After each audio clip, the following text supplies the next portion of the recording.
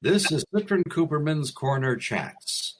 I'm Peter Katz of Westchester Communications, publisher of the Westchester County Business Journal, Fairfield County Business Journal, WAG Magazine, and digital newsletters such as News at Noon to keep you fully informed.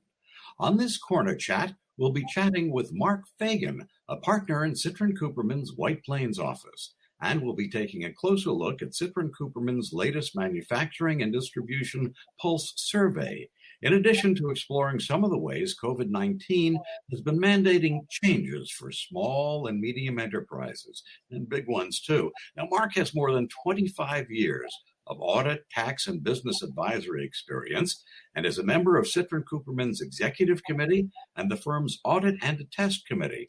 And Mark is CoPractice Leader for Citrin Cooperman's manufacturing and distribution practice. And welcome, Mark.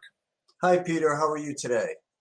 We're doing good. And Mark, let us plunge right in with the big picture of what you've seen in the summer 2020 manufacturing and distribution pulse survey. What has COVID-19, for example, done to businesses? And are we in for a lengthy recession or maybe depression? What do things look like from your point of view? Well, Peter, I hope not. And there's some surprising issues that came out of this survey and respondents. The survey had 200 respondents holding positions, senior positions from senior vice president to CEO and founder.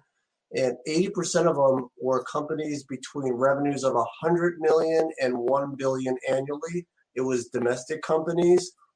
84% of them had physical presence in multiple states, and nearly half of them operated internationally.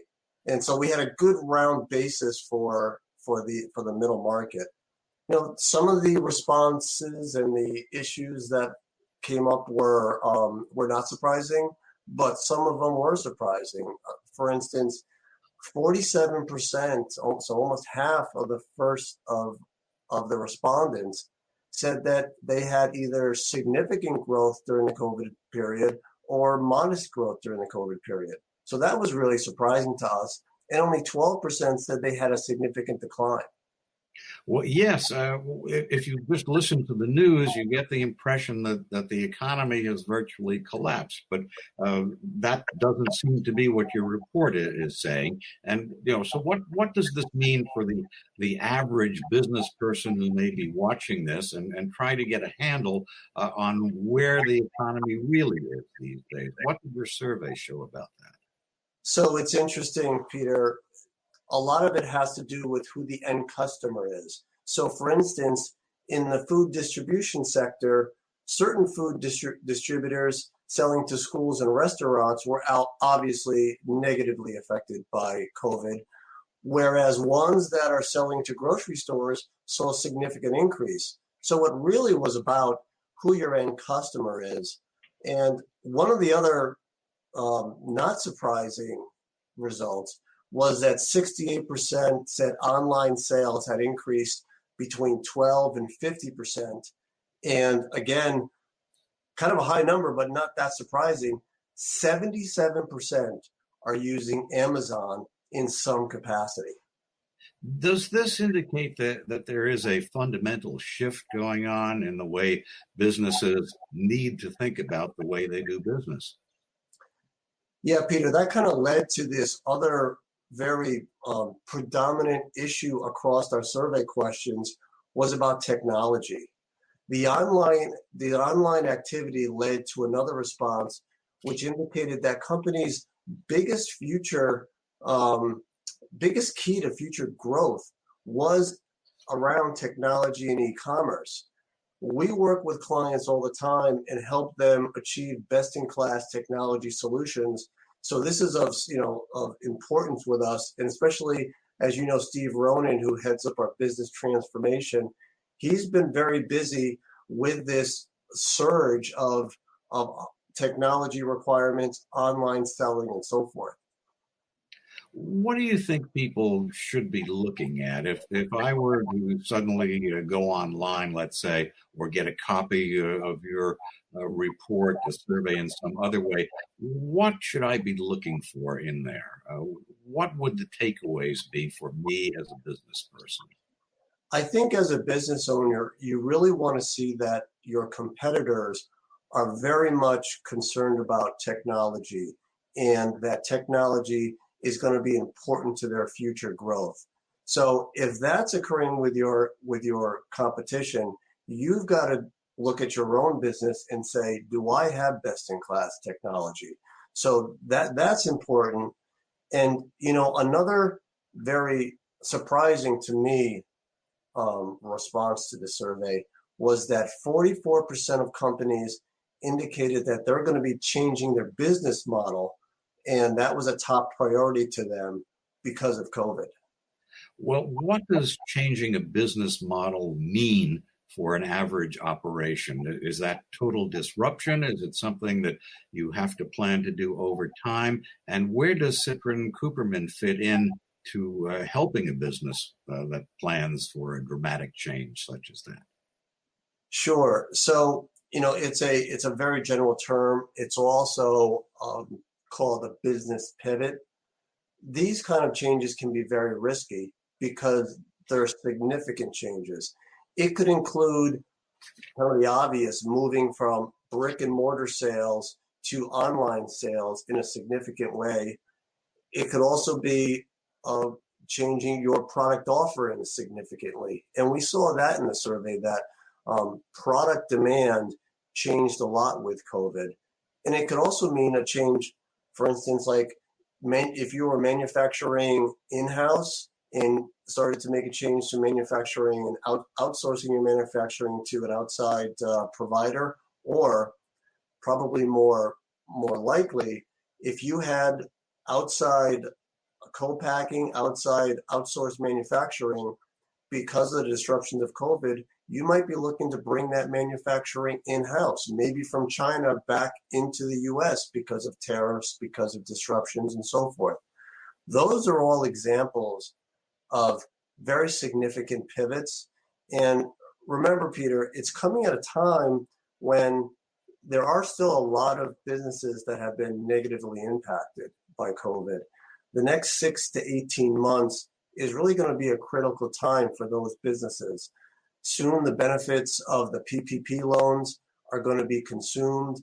They're going to continue to try to adjust to post-COVID operations, and doing a business pivot during that time can be risky. There's a slide that I have that I like to talk to, and it's what a lot of our customers are doing right now. A lot of our clients are doing right now.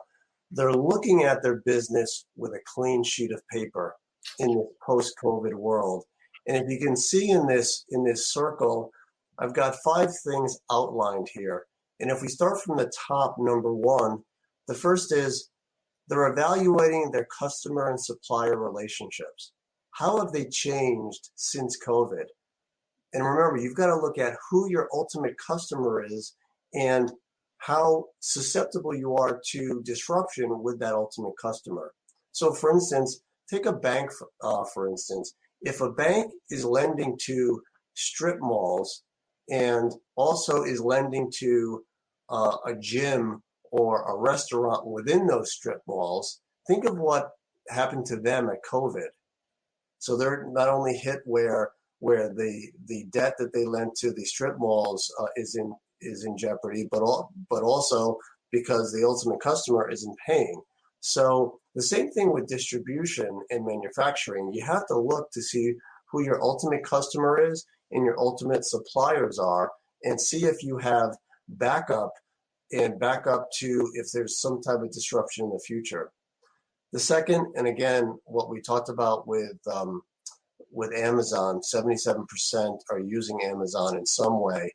Whether it's Amazon or some other partners, it's going to be important, and especially during disintermediation, for distributors to understand who their suppliers are and who their customers are, and link them together and share information, especially with the platforms we have with technology. Number 3, make significant changes in your product mix if you need to, especially looking at who now you are selling to because of COVID. Talent evaluation. That's another one where we've got a workforce that probably will never be the same again as far as going into the office versus working at home. How does that affect the current talent in your business? Salesmen that are used to going out and meeting with customers, are they going to be able to adapt to the technology change? So you really have to look at your talent, and do you have the right talent in place? And then number 5 is looking at your C-suite positions and addressing whether you have to open up positions for digital capabilities, customer experience. And what that means is, what's happening now with how consumers are choosing to buy, choosing to eat. And does your website, does your customer service experience going to be optimal and best in class? And then again, a new business model like that, 44% are thinking about a change. Should you have talent dedicated to looking at new business models? So this is kind of the clean slate that we see that our customers, our clients are looking at and evaluating their business. Is there a sense that they almost have to link up with a big operator like Amazon, or is it possible for a business to tackle the internet on its own?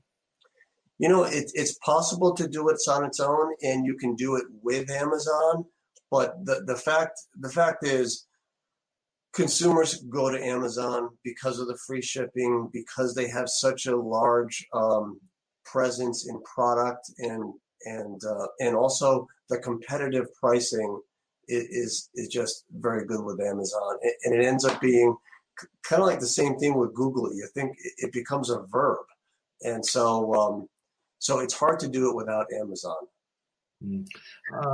And Cooperman has something called the helping hand concept. Can you explain what that is? Yeah, and that gets back to these business pivots. And if you're going to do a business pivot or change your business model, this next slide has got 4 different circles, and in the middle is the helping hand. And the helping hand is kind of like Citrin Cooperman. Your business advisors are critical to doing something, to helping you with a business pivot, a big decision. But around the middle helping hand, when you're looking at a business pivot, you've got to do proper due diligence. You have to understand what you want to do based on data, not based on gut feel.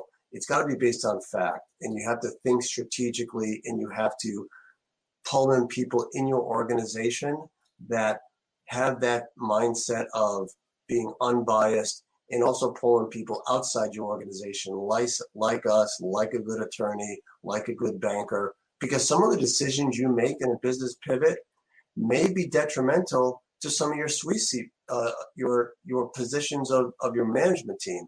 So they're going to be biased. So you really have to get a team to look at a problem and look at where you want to go. And then number 2 is knowing what you're going to do and why you're going to do it. You're going to need to know how you're going to do it as well. But really, first is how to get started, because don't be afraid to make that decision and go down that path, because you don't know every turn to get to the end result. There's going to be shifts and mini shifts along the way. But if you know what you want to do and why you want to do it and how to get started, you're going to be okay. And then the third to this 4-part circle is that the decisions never end. There's always going to be smaller tactical and smaller strategic decisions. And again, it's going to involve judgment. It's going to involve sound processes, and it's going to involve data.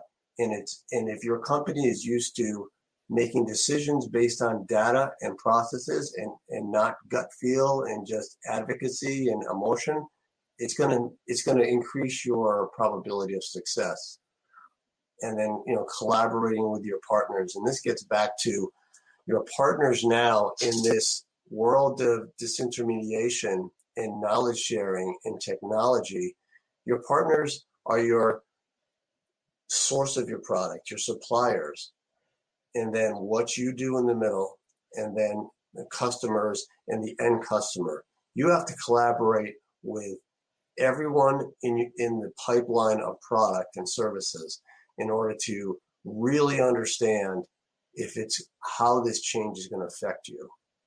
And then last, like I said, in the middle is the helping hand.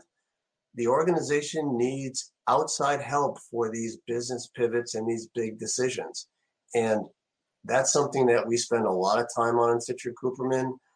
We do it with our business transformation group. We do it looking at identifying what products are profitable, what services are profitable, and how this pivot's going to change it. And just making sure you have the infrastructure in place to be able to make this change.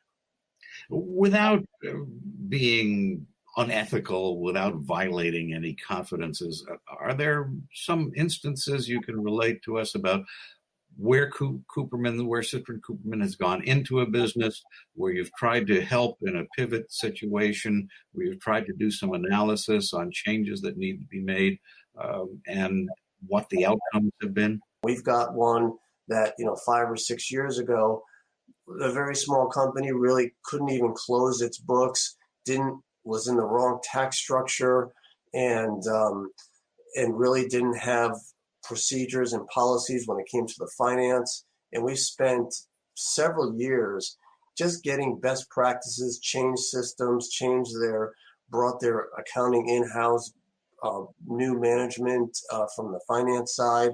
And right now they're at the negotiating stages with a very significant private equity companies to possibly buy them for multiple hundreds of millions of dollars. So, and that was a company that was a small company 6 or 7 years ago, but they had a lot of other things that they did to ascend to that level of volume. But we helped them bring in the infrastructure to be able to handle it and report it, and to show a private equity or a strategic buyer that it's a sustainable business that they can continue to scale. That's certainly a dramatic change in the situation of any company, to go to a huge multiplier in value. But when you go into a company and when you're guiding company executives, how do you know that you're doing good enough due diligence and just not missing some important things? Do you go in with a checklist? Is it a matter of getting to know people on a one-on-one personal basis? Is it a matter of being like a forensic accountant and just going over everything with a fine-tooth comb? Just what separates good due diligence from something totally inadequate? So the answer is yes, yes, and yes, Peter. And it really is. It's a combination of these very fine forensic analysis, understanding the business, speaking to the key players, and our transaction advisory service group, headed by Sylvie Gadon, does an amazing job. They'll do 40 or 50 of these a year, and what they do is try to understand the sustainability of the customer base, what the real profit is, how much free cash flow there is, where the risks are to if they're being hired for a buy side due diligence, where the risks are, and you find them out before you make the purchase versus 6 months after or a year after. So there's a checklist, but it's a real art that she's developed in her team. And on the sell side due diligence, same thing. These are called quality of earnings reports, and we've helped, again, this one company that I referred to before. Sylvie talked to them about, if you're going to sell in 3 years, these are the things that you have to do. And there's a checklist to kind of like if you wanted to sell your house, and you wanted to make sure that, your bathrooms are in really great shape, you've got a really good kitchen that looks great. The same kind of thing happens when it comes to a company. And do you have the right commission structure in place? Do you have the right phantom stock plan or stock ownership in place so you don't lose your best salesman right after you buy a company? So there is definitely key parts of a business. Financial reporting is huge, and it has to be, if you're selling a company and a buyer comes in to look at it, they're looking for consistent and consistent procedures, consistent policies, timely reporting, accurate reporting, and understanding what the real profit is. So there's a whole list of key areas when you're coming to buy-side due diligence and sell-side due diligence. And just to expand on that understanding of how Citrin Cooperman operates and may help a business, give us a brief overview of what you do as a CoPractice leader for Citrin's manufacturing and distribution practice. What do you bring to the table? What do you leave on the table for executives, owners of a business to pick up and take with them? Sure. So what we try to do as an organization and as a manufacturing and distribution group, we bring to clients and potential clients a team approach where our teams are experts in manufacturing and distribution.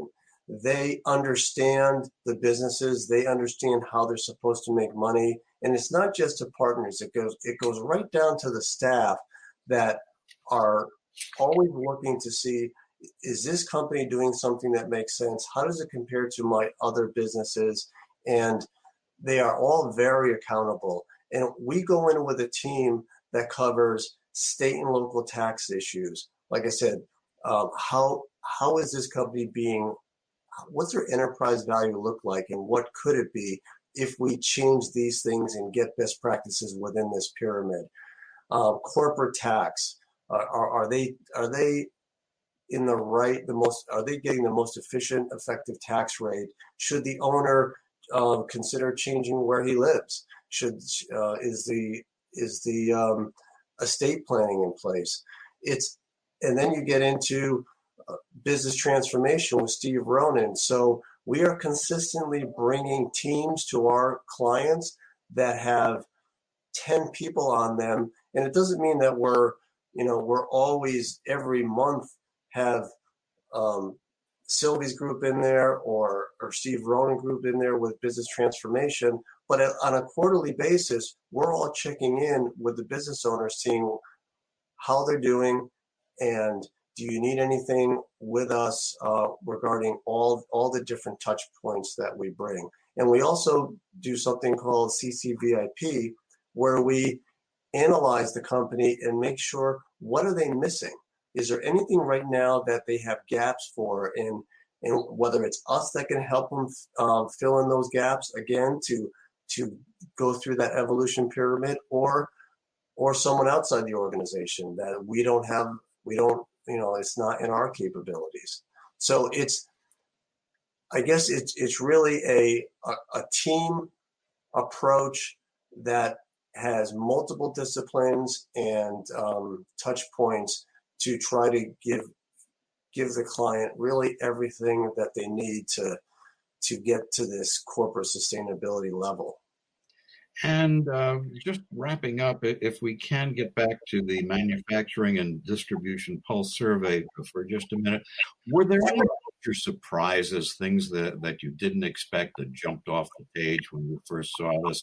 And if you ran into someone on an elevator and had 30 seconds, what would you tell them about this report? I think that the manufacturing and distribution industry is optimistic for the future, that they see that they're going to come out of this COVID, and they're very focused on technology and improving their business with technology, and how the future of e-commerce is going to propel them to success. So it was nice to see that it was not doom and gloom, especially when it was taken in the middle of June. So that to me was a bit surprising, but was also, very uplifting as well. And Mark Fagan of Citrin Cooperman, thanks so much for being with us on this edition of Citrin Cooperman's Corner Chat. I'm Peter Katz of Westchester. Take care. Thanks, Peter.